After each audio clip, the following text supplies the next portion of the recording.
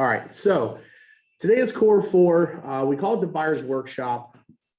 Normally, in a perfect world, we go through some MLS stuff, setting up some searches, different questions you may have about the MLS. And then in person, same class, we go on a field trip to a local home.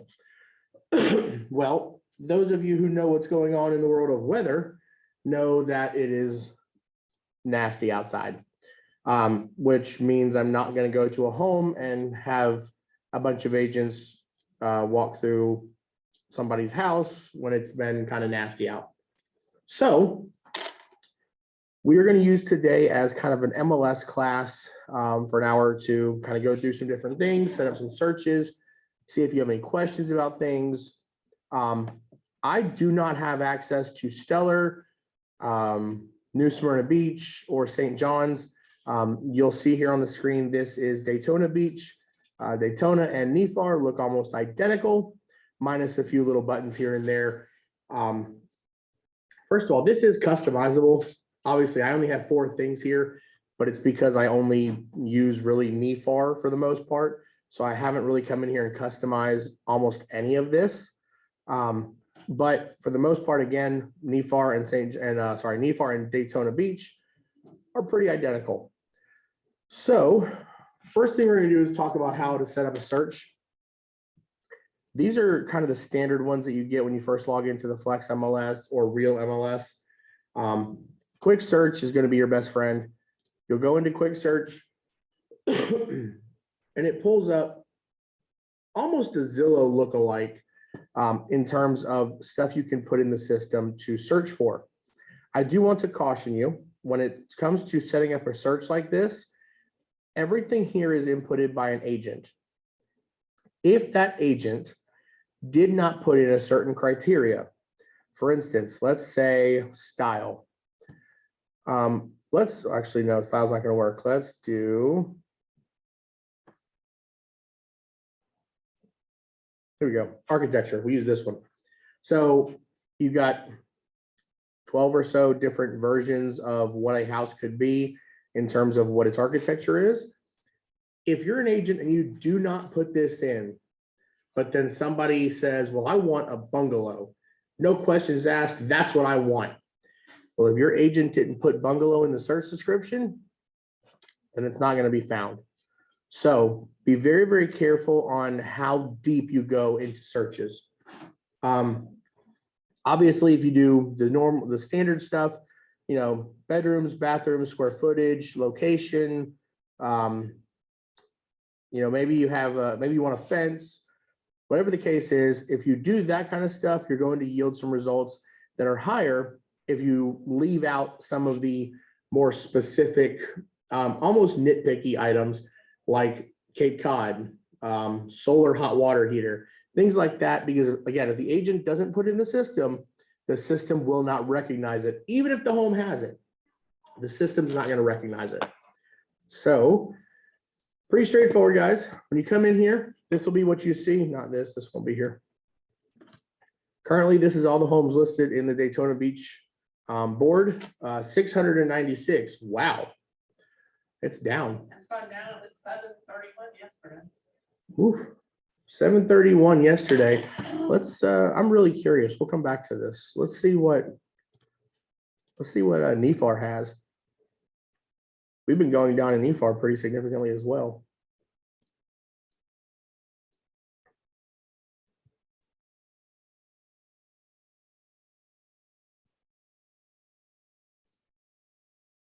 Not vacant land.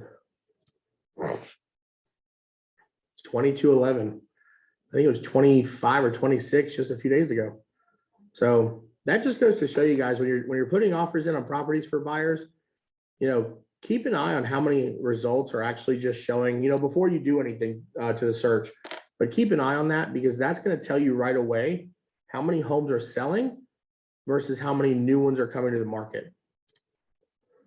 And if you guys have questions at any point, please stop me and ask, because this is going to be a very, very informal training, just kind of going over some stuff. Like I said, I like to go on a field trip today where I'd go through finding a certain property, how to print out that property, all that. But with the rain, we're not going to do that because it's just not, it's not professional etiquette to walk into a property with a bunch of agents, you know, tracking in mud and water. So back to search. So first things first, if you have somebody that says, I want a house, or I want vacant land, or I want a rental, this right here where it says one residential, this is a button. Doesn't look like it, but it's a button. So here you've got your residential, lease, vacant land. Obviously, you know, none of us are commercial agents, so I leave this alone. But you can search all sorts of different stuff. Play with the search, guys. This is your search system. Play with it and see what you can find. So again, this is everything in Daytona Beach right now. Let's say I'm looking for a property. My buyers come to me and said, hey, I want to spend no more than $250 because that's what I'm approved for. All right, no problem. So we'll leave minimum alone. But $250,000 goes into my list price. Shows me 0 to 250. Right up here, it'll say the results that are currently meeting this criteria. You can watch this number go down. We just went from 696 to 164. So now I know, okay, Mr. Buyer wants at a minimum, keep in mind what you're doing, minimum versus maximum. He needs at least 3 bedrooms. Very rarely are you going to have somebody say, I don't want anything more than 5 bedrooms. But if they do, you have a maximum section. So baths, let's say he wants a minimum of 2. Nobody wants to share a bathroom with a kid. We all know that. So now you've got a 3-bedroom, 2-bath, no more than 250. And I haven't done anything in terms of location here. So you can see I've got a bunch up here, actually one in Palatka, the Satsuma Crescent City area. I don't really know where this part is right here, and then Daytona Beach. Karen, what's this part right here? Oh, the land. Never mind. I could have zoomed in. I didn't zoom in. So now that we've got a 3-bed, 2-bath, 250 square feet. Sorry, $250,000. I apologize. Square footage. Mr. Buyer said he does not want anything lower than 1,250 square feet. All right, still got 19 left. Now, as you're going through this, these are the ones that I would generally say stick to these and you'll do really well. However, if they say, I just have to have a pool. Well, first of all, at $250,000, Mr. Buyer, I really don't see a pool happening. However, we can definitely search for it, see what comes up. And worst case scenario, we can set up a search for at least maybe a property that has enough room for a pool.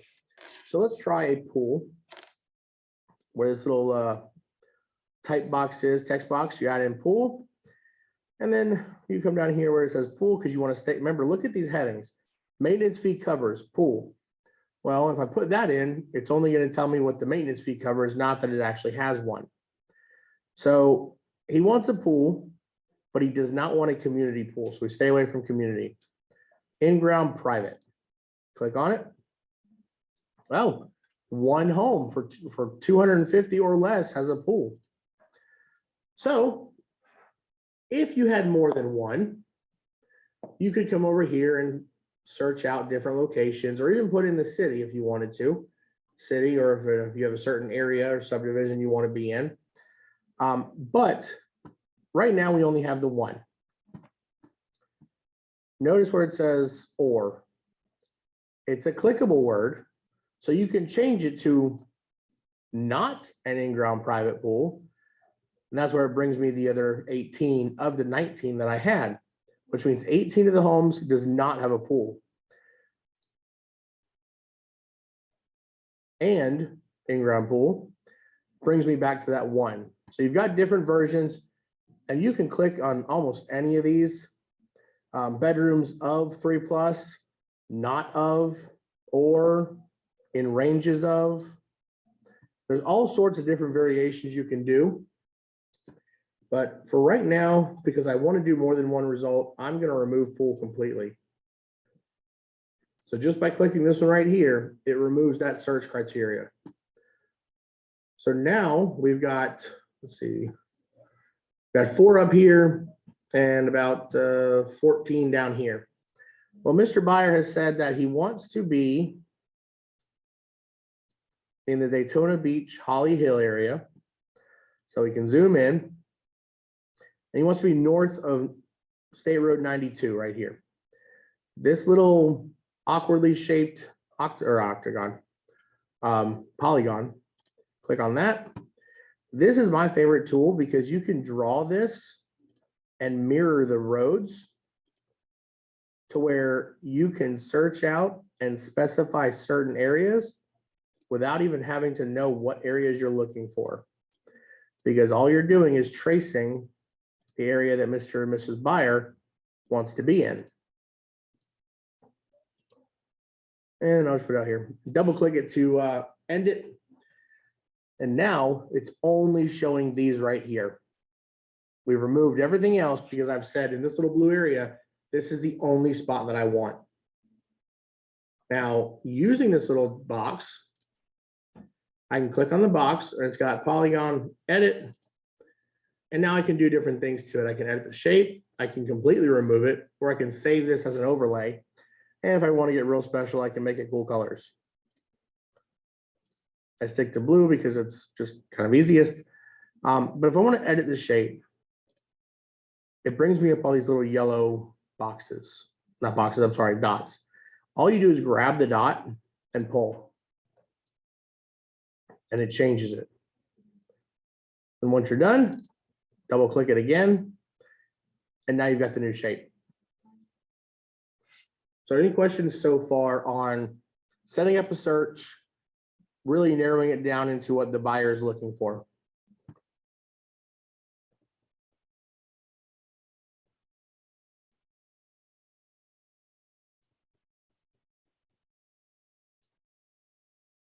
Nope. All right. So now that we've done this, let's say this is exactly what the buyer is wanting to look for, 11 results. I can do a few things. If this is a buyer that I feel like I'm going to be working with for a while, I'll save it and I'll send it over to him. If it's just somebody, maybe a friend or a family that's just really curious about the area, you know, what's for sale, I can quick share it to them. Click results. That'll show us what the actual results are.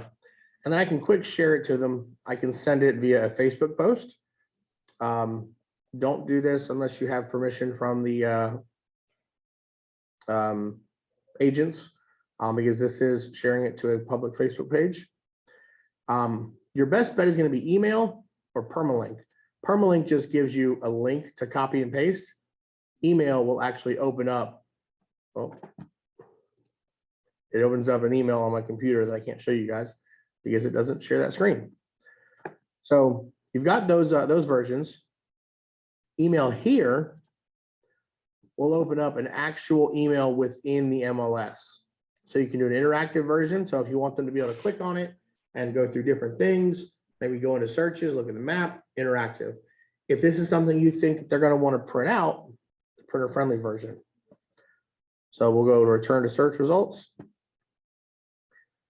You do have a print button right here to where you can print different results. And right now it's printing all. While we're here, I'll go ahead and explain the difference in the printouts. So you as an agent want the private version. The private version is what is going to show you this information right here. When it was listed, who's listing it, contact information, commission structure, all this right here, and even the showing instructions, agent info. This is all going to be on your private remarks, your private showing, your private information. If you're showing them the public, then they'll see from about here up. So they'll see the bedrooms, they'll see the size, they'll see the remarks, they'll see the location, price, all this stuff will be shown right here. So if we go back to the print area, what I do before I go and show a property to somebody is I print out a public and a private. So rather than hitting public print, private print, all I do is leave it at public. I leave dab full on NEFAR, it'll say NEFAR, and then click right here, print both public and private reports. That way it automatically prints out what I needed to print. I don't have to worry about fighting it. It's right then and there. And I get both forms, of which when I go to the showing, I hand the buyer the public version and I have the private version with all the extra information just in case there's something I need to reference. I'm a big pen and paper person. I like something tangible to hold. So doing this helps me just kind of control my inner zen, if you will, with having something to hold, to look at. So I'm not scrambling on the phone, trying to find the information they want. So that's printing it. Now let's say I'm going to select all my results, but now I want to save this this search for Mr. Buyer. Easy. We're going to click save. We're going to click save search. In the search name, make sure you put whatever the search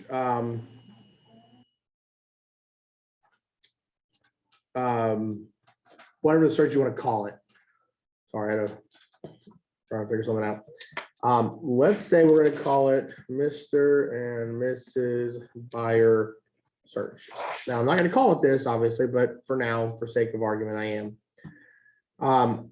Keep in mind, this right here will be seen by the person opening up the email, by the person who sees the search.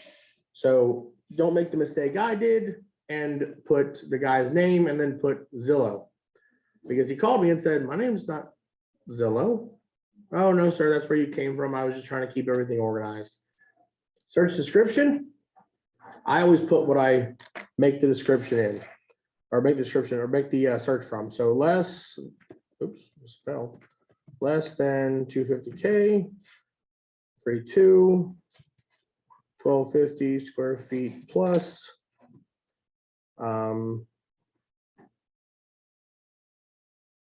I put in something like Polygon search parameter. Nope, that's not spelled right. I didn't think it was. So that way I know, okay, this search includes a less than 250,000, 32, 1250 square feet or larger, and I've made a polygon to search that area. So from here, I can either just save it in case I don't want to send it to the person, or I can save and add a subscription. So no matter which one of these I do, I always want to attach it to somebody so that I know Mr. and Mrs. Buyer is in my system, and this is the MLS system. This is not command, but I want to attach them. So if I click existing, the only person in here currently is me, because like I said, I use the NEFAR version, but I can use an existing account, or I can do a new one where I can put their name right here, Mr. John Buyer. If you want to put Mr. is completely up to you. Works just the same. So from here, I'm going to do jbuyer1212. I'm making something up at gmail.com. Right here, create a portal account for this prospect. I always recommend enabling the portal. The portal is an amazing tool for you. The portal is basically a backdoor into your MLS system to where the buyer doesn't have to deal with Zillow, doesn't have to deal with realtor.com. They can go straight in and go straight to your portal, and it gives them way more information and more up-to-date information. So I always recommend turning the portal on and then inviting them to the portal. So what you're going to tell your buyer is, Mr. Buyer, I'm going to go ahead and set you up in my system on an automatic search. Not only am I going to set the search up for you, but I'm going to put you into the system with your own portal. What this portal does is it gives you access into my MLS so that you don't have to worry about trying to use a third party search browser, you can search basically what I would search. So you will end up getting a few emails to begin with. One will be your registration email to register for the portal. One will be your welcome to the portal. And then one will be the search results that I have found. The best part about this portal, Mr. Buyer, is that you can go in, not only see the search that I have set up for you, but you can create your own searches and save your own searches. So let's pretend that this person is real, and I really hope they're not right now. They're going to get an email with these search results. Save and add subscription. So see how this up here changed from, I think it said search results. Now it says Mr. and Mrs. Buyer search.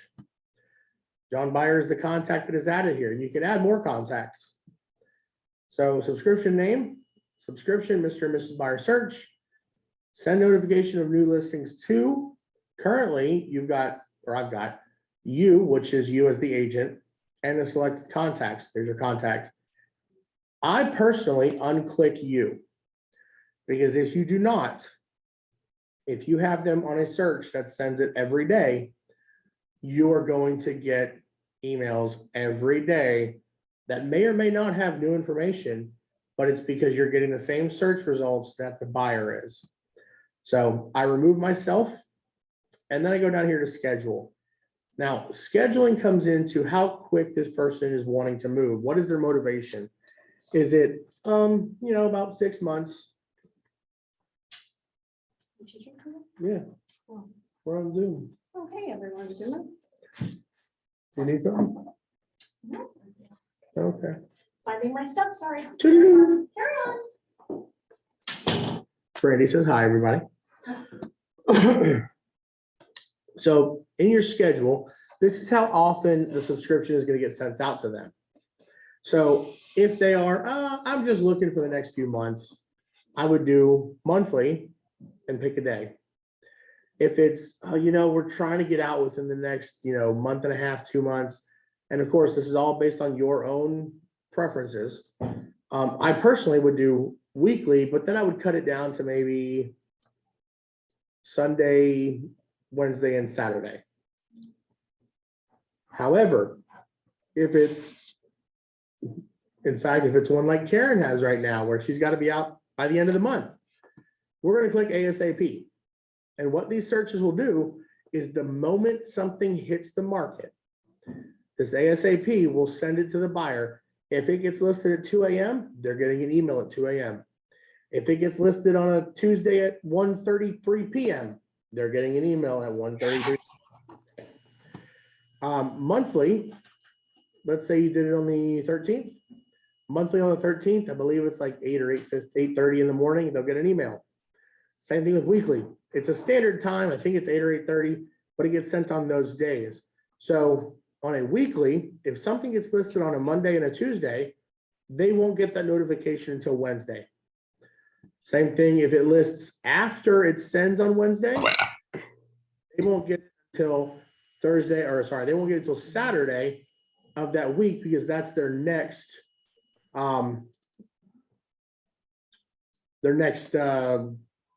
date to get it. Words are eluding me. So for the sake of this, we're going to pick ASAP. They're wanting to move by the end of the month. Down here is an email that you get to send. This will only go with your first email that is being sent. So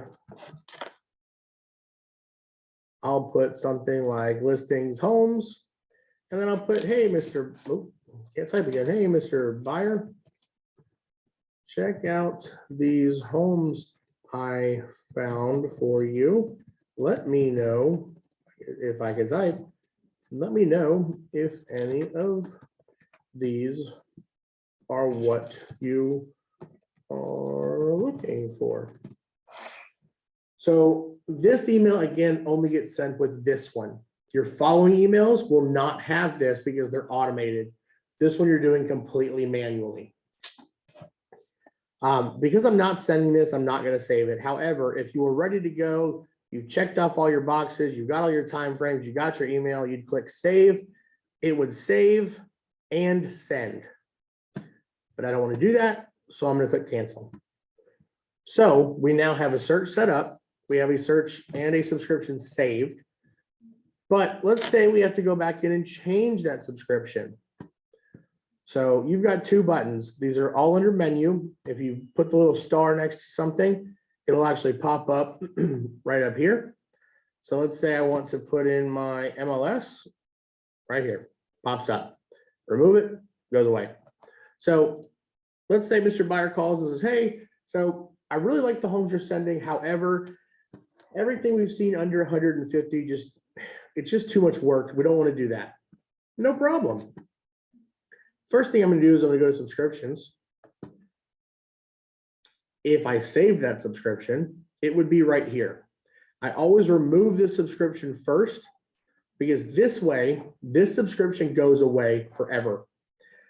If I change the search, it'll create a new search. So now I've got two searches of almost identical nature and two subscriptions of almost identical nature. So I've removed this subscription. I now go to save searches and I've got Mr. and Mrs. Buyer search. I'm going to click on it to open it, but then I'm going to edit it. So this goes back to exactly what we were just looking at first. But now he said, I just don't want to see anything under 150. So I'm going to click the 0 and I put 150,000 in. So it went from 18 or 19 down to 9. Oh, sorry, it went from 11 to 9. So now I've removed everything under 150. So this shows me 150 to 250 all the way through. Now, currently, this is a draft. It was last saved just right now. I still want to save this, but now I'm going to click Save Selected As. I apologize. This is different than EFAR. I'm going to click Save and Save Search. I'm going to click the search that I want to save it as. I'm going to make sure that it has the contact that I need it to attach to it.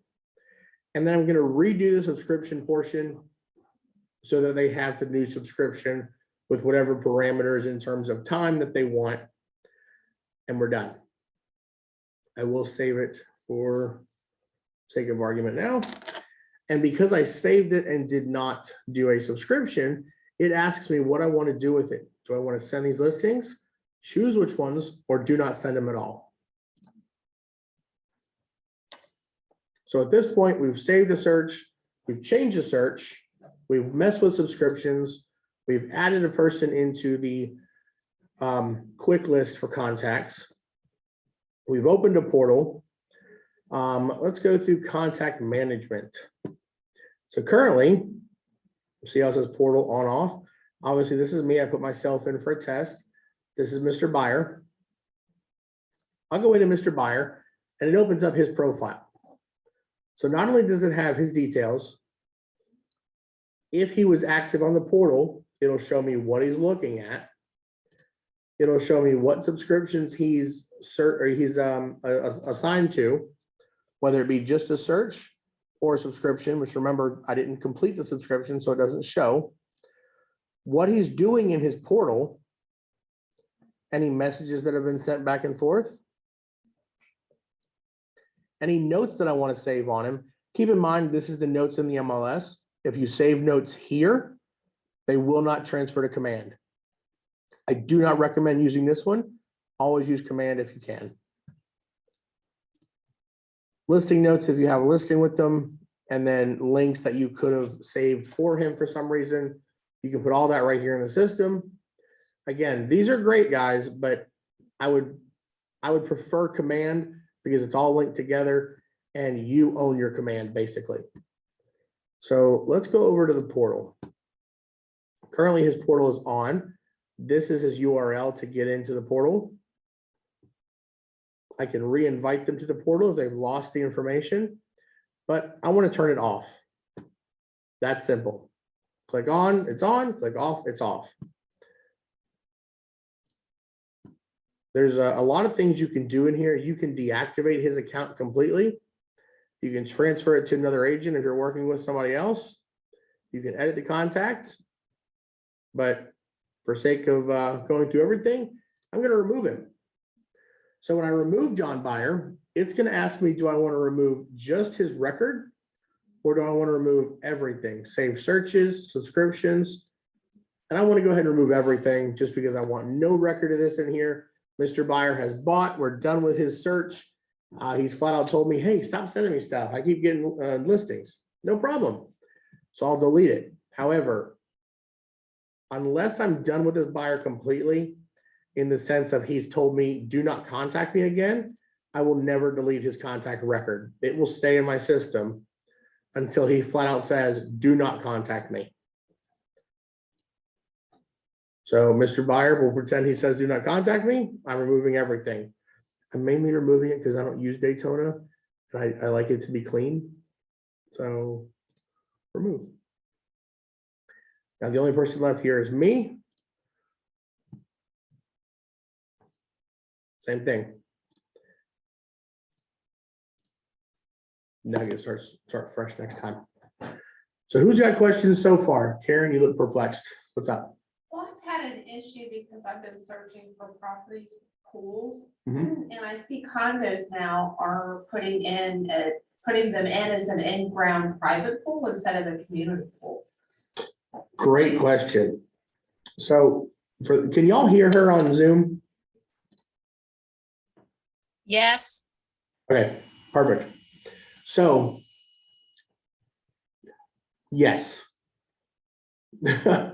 So when a condo puts in an in-ground private pool, first of all, is it in-ground?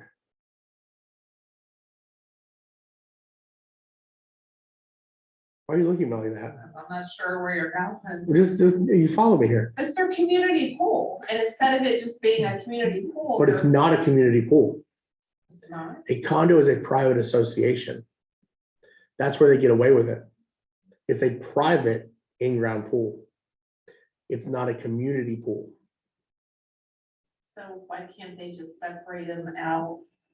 I mean, and just like be a condo pool or a condo private pool, because when you're searching, like for me, that's like my main focus. Mhm. And you get the new ones that pop up and 7 or 8 of them are condos. And you're like, this is just stuff that you've got to read through and just filter out. It's annoying. So from what I'm understanding, they are trying to figure out how they can differentiate everything. Because for instance, my neighborhood has a community pool, Mhm. in-ground community pool, but it's not a private pool, which makes zero sense because you do have to live there. You do have to have a key card.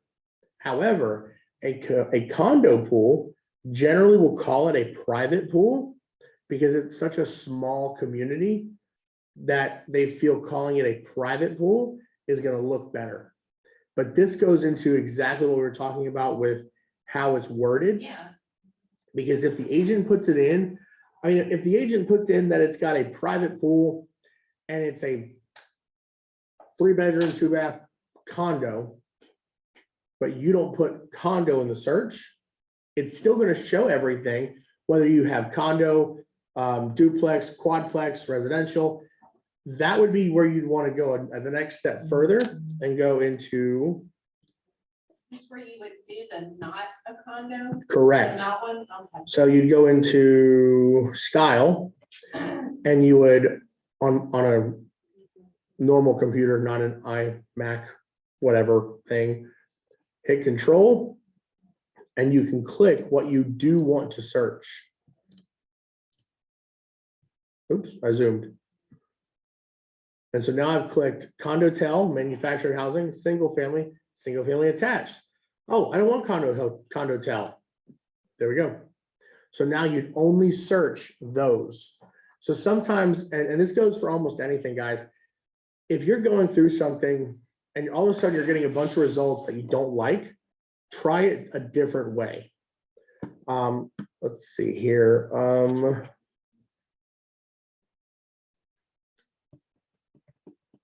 I have an idea. Okay, so we're going to remove this. Right now, there's 695 homes. One evidently just got pulled off the market. So I want to search for a fenced yard. it says out of the 695 homes that are available, that 136 are fenced. That number doesn't seem correct.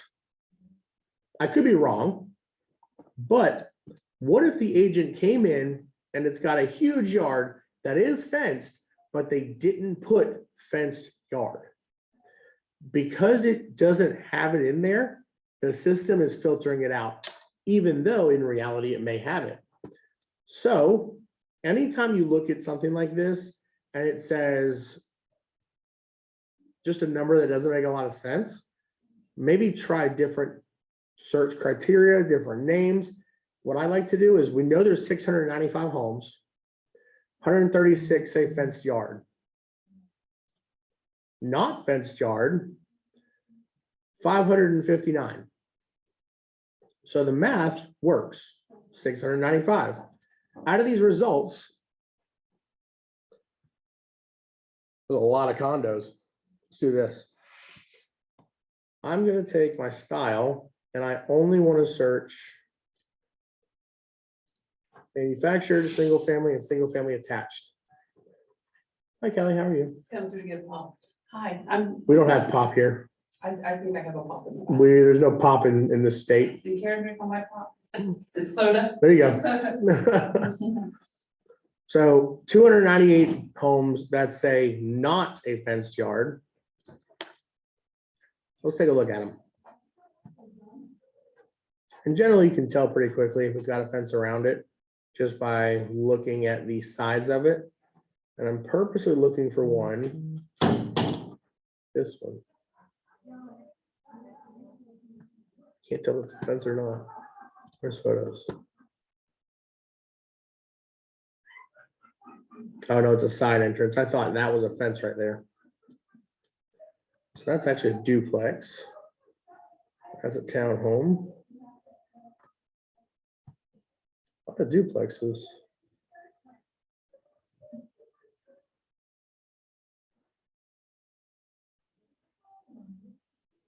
Bear with me, guys. I'm looking for something. And I could very well be wrong.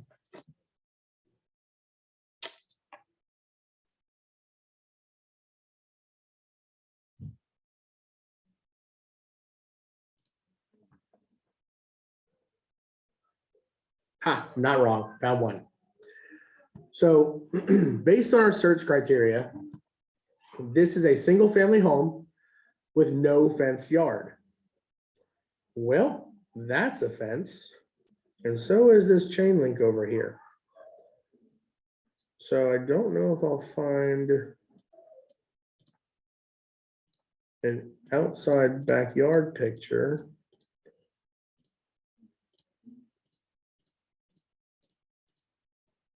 There we go.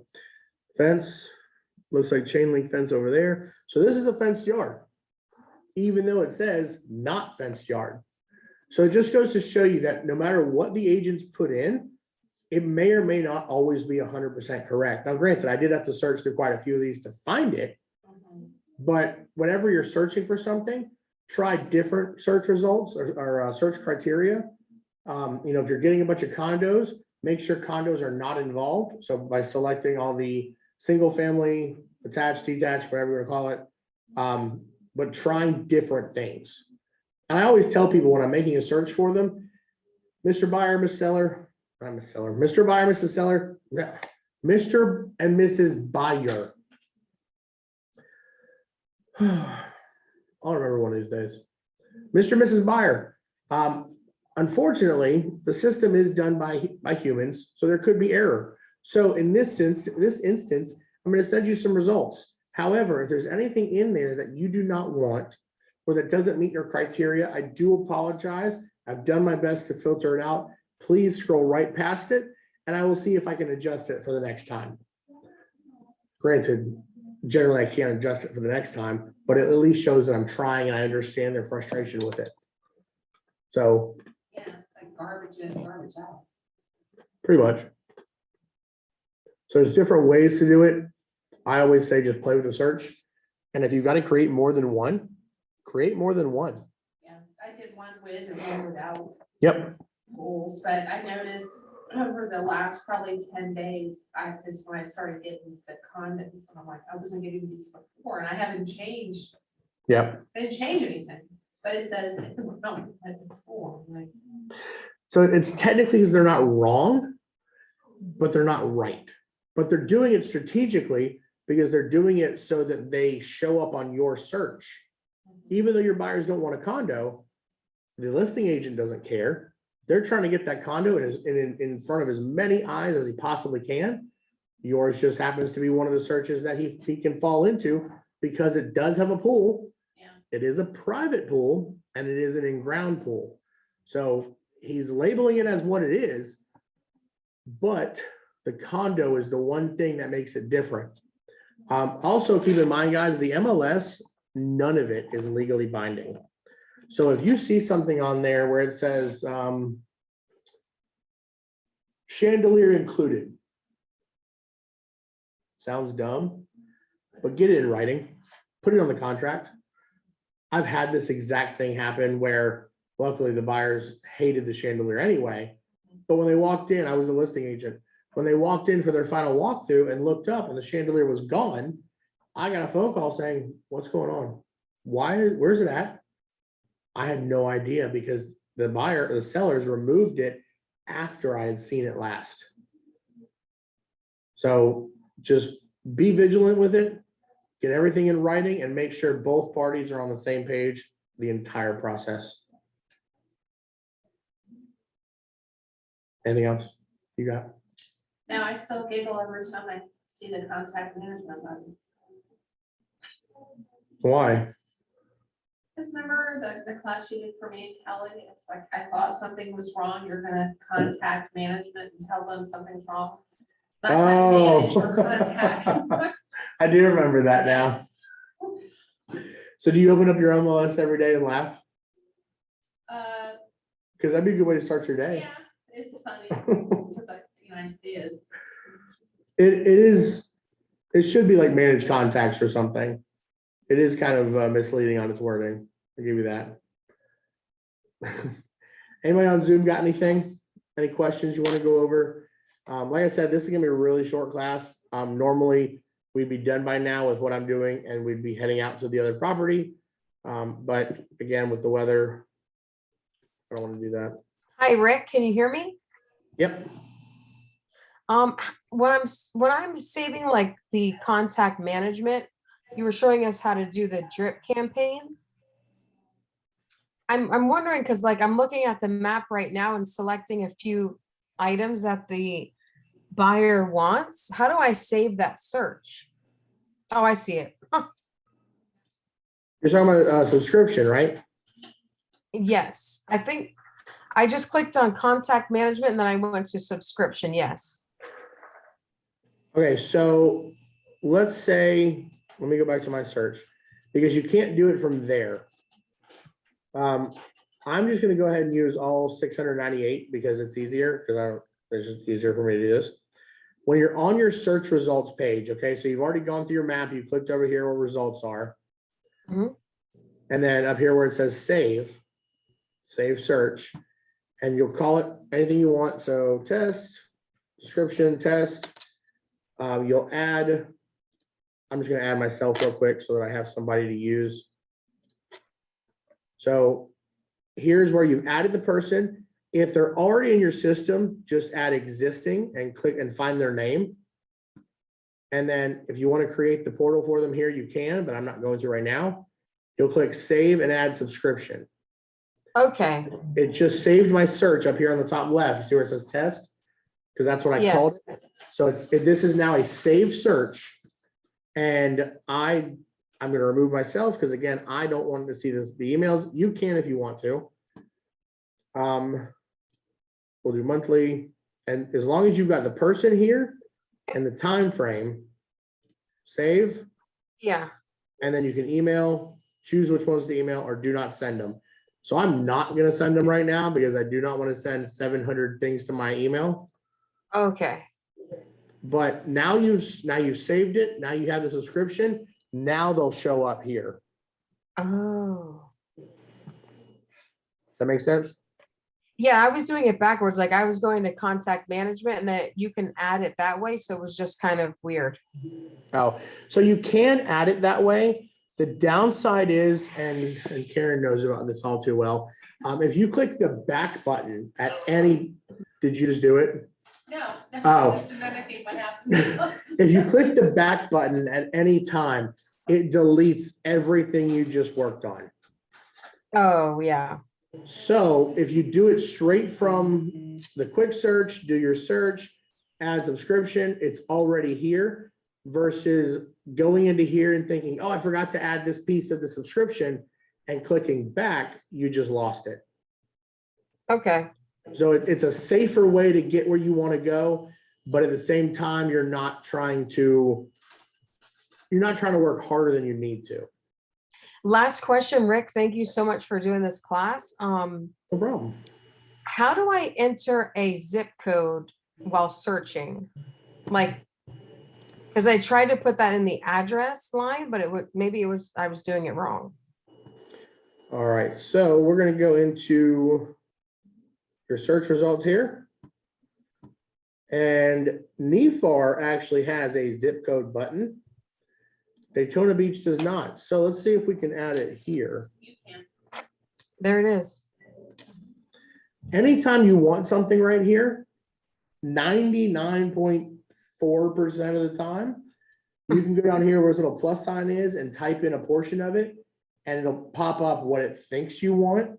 And generally it is correct. So you put in zip code and then whichever zip code you're looking for. That one looks good. Oh, there's nothing there. That one looks good. So none of those look good. Nice. Thank you. Anyway, point being, zip codes are right there. There's nothing in those 3 zip codes though. But yeah, anytime you got something, no matter what it is, try to add it here. And if you still can't find it, there's a good chance it's probably not in the system. But almost anything, in all reality, almost anything that Zillow can do, ours can do better.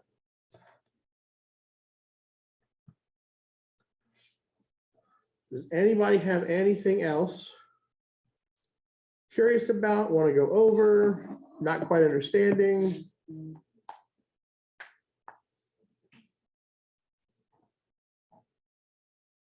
everybody yell at once.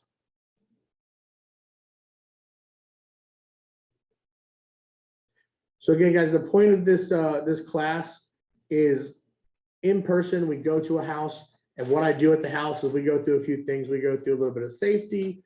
We go through how to open the lockbox. Yeah, Alex, just play around on it. It's a very easy system. It's just one of those ones that's got really quirky things to it, like hitting the back button. But it's a very, very easy system once you figure it out. At first, it's very daunting because of all the different buttons. But once you get through the initial gasp of what it is, it's very easy to deal with. But yeah, when we have this class in person, which I'm hoping next month is in St. Augustine, weather permitting, because again, I don't want to traipse water and mud through everybody's houses. We go through how to open the lockbox. We go through proper etiquette while you're there. We go through questions that the buyers may have for you and how to answer those. So we do a very hands-on, how would you feel in the situation? A little bit of acting it out. I'll be the agent, you'll be the buyer, and vice versa. So it's a very fun class. Again, because of weather, it's just not one that we can do today. But if y'all don't have anything else, we're done. If you have any questions, feel free to reach out. Otherwise, I will see y'all tomorrow, 10 a.m. And tomorrow we have our purchase and sale agreement class. St. Augustine, I sent out an email this morning, and it's on the Facebook page as well. Those are the NEFAR classes to watch. NEFAR is primarily used up there. It's never used down here. So since I'm here live tomorrow in Daytona, I will do FAR down here. Those of you in St. Augustine, if you want to listen to FAR, you can zoom in. If not, use that NEFAR link that I sent out with the 11 videos and go through that. All right, guys, y'all have a good one. Talk to you later.